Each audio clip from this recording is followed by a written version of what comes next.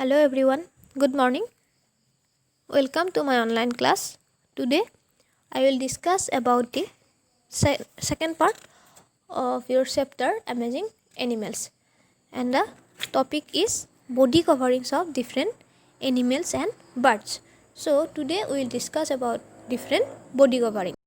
Here the types of body coverings are: number 1 scales, number 2 scales, number 3 feathers, and fourth one is fur or wool.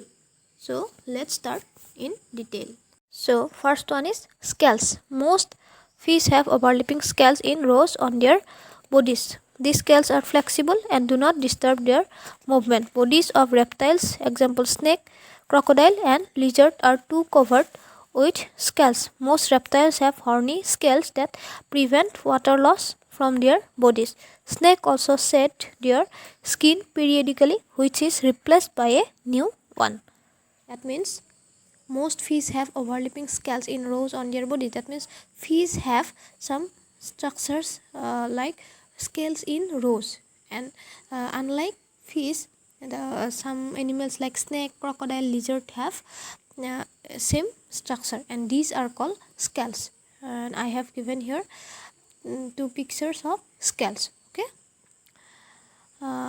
Most reptiles have horny scales that prevent water loss from their bodies. Reptiles means snake, crocodile, lizards, etc.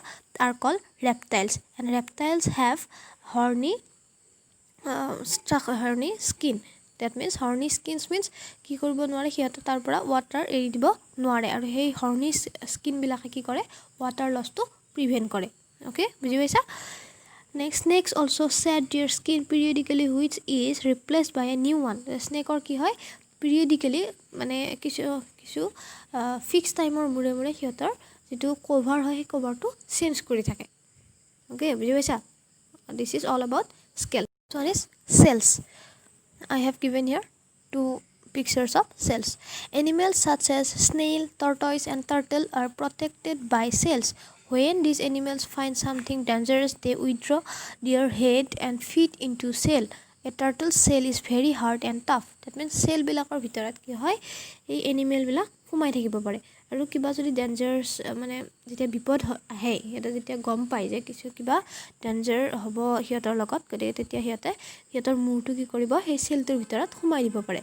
তোমালোকে turtle বিলাক দেখিছা, কাছ বিলাকে কি কৰে যে মূৰটো সেই চেলটোৰ ভিতৰত সোমাই থয়.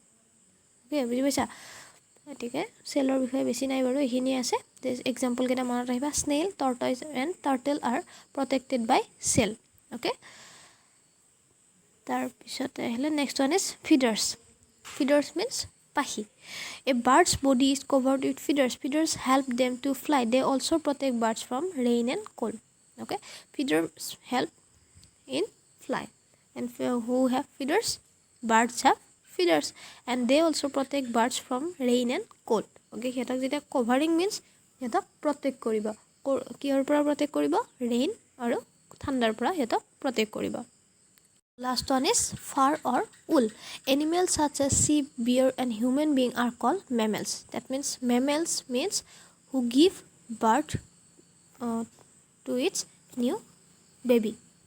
That means jibilaka ki koriba poali janmo die, hebilaka ami ki boli kom mammals boli kom. However, unlike human beings, sheep and bear do not wear clothes. Okay, ami ki koru thanda din kapur pindu ba thanda lagile ami গৰম কাপোৰ পিন্ধো, কিন্তু animal বিলাকে কি কৰিব, গৰম কাপোৰ পিন্ধে জানো? নিপিন্ধে. They have wool and fur that cover their bodies. গতিকে সিহঁতৰ বডিতে কি থাকিব, উল থাকিব, যিয়ে সিহঁতক কভাৰ কৰি ৰাখিব. Thick fur protect these animals from rain and cold and also keep them warm. গতিকে thick means যেটো ডাঠ লেয়াৰ থাকিব, সেই লেয়াৰটোৱে সিহঁতক কি কৰিব, কোল্ড আৰু ৰেইনৰ পৰা প্ৰটেক্ট কৰিব, লগতে keep them warm, সিহঁতক কি কৰি ৰাখিব, ঠাণ্ডাৰ পৰা প্ৰটেক্ট কৰিব, মানে গৰম কৰি ৰাখিব. বুজি পাইছা? গতিকে আমি কেতিয়াবা কি কৰোঁ যে উলৰ কাপোৰবিলাক পিন্ধো নহয়, উলৰ কাপোৰবিলাক কেনেকুৱা হয় যে চিপৰ পৰা বনায়. গতিকে আমিতো জানোৱে যে উল আমি ক'ৰ পৰা পাওঁ, চিপৰ পৰা পাওঁ. So' sheep, bear etcetera have wool in their body. Okay, this is image pictures of wool or fur. Okay, বুজি পাইছা? উল অৰ ফাৰ মিনছ কি হয়, যিবিলাকে আমাক কি কৰিব, ঠাণ্ডাৰ পৰা প্ৰটেক্ট কৰিব আৰু হিউমেন বিং হ'লে এইবিলাক আমি কি কৰোঁ ঊলৰ কাপোৰ পিন্ধো কিন্তু এনিমেলৰ কি নাথাকে সেইবিলাক কাপোৰ নাথাকে গতিকে কিন্তু সিহঁতৰ বডিত কিছুমান কি থাকে ঊলৰ কভাৰিং থাকে বুজি পাইছা okay in your book some topics feathers of some birds are very brightly colored peacock the national bird of India has beautiful feathers with metallic shades of bronze blue green and gold okay feathers of some birds are very brightly colored okay peacock example to dise next while fishes scales are protective they do not hinder movement probably this is what inspired the ancient Romans to design their armor like fish scales this type of armor is known as scale mail what is scale mail যে Roman বিলাকে কি কৰিছিলে যে মাছৰ scale বিলাক চাই কেনে হিয়তে কিছুমান কি বনাইছিলে ইনস্পায়াৰ হৈ কেনে ইয়াতে ডিজাইন কিছুমান বনাইছিলে আৰু হেবিলাক কি বুলি কম আমি scale mail the armadillo's body is covered with armor like plates that protect it from enemies এটা एग्जांपल তো মানত ৰাখিবা okay বুজি পাইছা body coverings of different animals and birds what how many types of body coverings scales cells feathers fur or wool topic is feeding habits every living things need energy to live they get energy from the food they eat animals also need food to grow and to stay healthy different animals have different types of food habit their body parts are therefore made according to their feeding habits on the basis of feeding habits animals are classified into the following categories that means feeding habits means ki hoy kun bilak animal ki khabo you have learned already carnivorous herbivorous omnivorous etc okay so eta ki dise the animals also need food to grow animalok food kiyo lage to grow and to stay healthy ini ami janu next different animals have different types of food habit okay and their body parts are therefore made according to their feeding habits so the body parts are also made according to their feed habits okay next on the basis of feeding habits animals are classified into the following categories first one is herbivorous animal next carnivorous next omnivorous okay what is herbivorous the animals that eat only plants are called herbivores or herbivorous animals examples are cow deer giraffe rabbit goat squirrel etc are herbivorous animal okay herbivorous means jibilak ki hai hiote ki khai je thake plants khai only he bilak ami ki boli kom herbivorous boli kom examples are cow deer giraffe etc next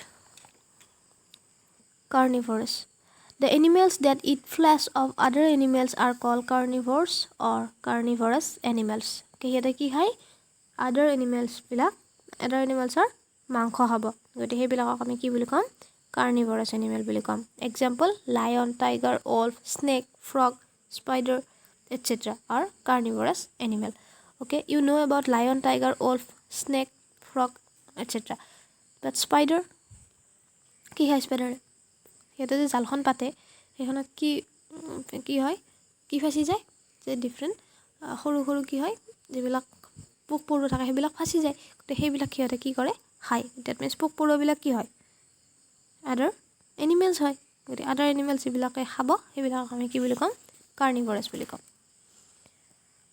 next omnivorous the animals that eat both plants and animals are called omnivorous or omnivorous animals human beings bear crow are some omnivorous animal omnivorous means ki hoy both plants o habo other animals o habo for example human being ami ki khao hak pasali khao logote ki khao mangkho khao goti ami ki hoy omnivorous animal bear and crow are omnivorous animal okay understand about different feeding habits okay this is easy and you have learned already in previous class okay today I have discussed about body coverings of different animals and birds and feeding habits so there is one topic I will discuss in next class so I hope all of you have understood clearly and if there any confusion you can ask me so thank you